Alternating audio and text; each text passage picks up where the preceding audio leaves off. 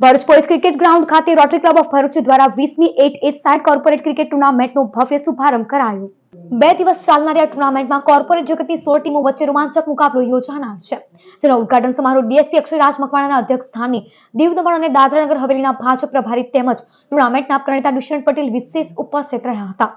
તેના સાથે project chairman રાહી Patel, Anish Parikh, rotary ક્લબના પ્રમુખ ભાવેશ હરિયાણી, સેક્રેટરી અક્ષર મહેતા સહિત વિવિધ કોર્પોરેટ સંસ્થાઓના ઉચ્ચ અધિકારીઓ હાજર રહ્યા હતા।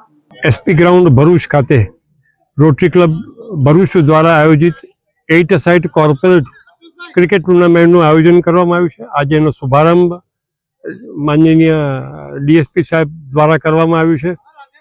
રોટરી ક્લબ આ 20 વર્ષથી આ પ્રકારની ટુર્નામેન્ટ યોજે છે અને આ ટુર્નામેન્ટ યોજવા પાછળનો મૂળ હેતુ છે કે જે ઇન્ડસ્ટ્રીઝ પાસેથી જે પૈસા આવે છે એ કોમ્યુનિટી સર્વિસમાં વપરાય છે।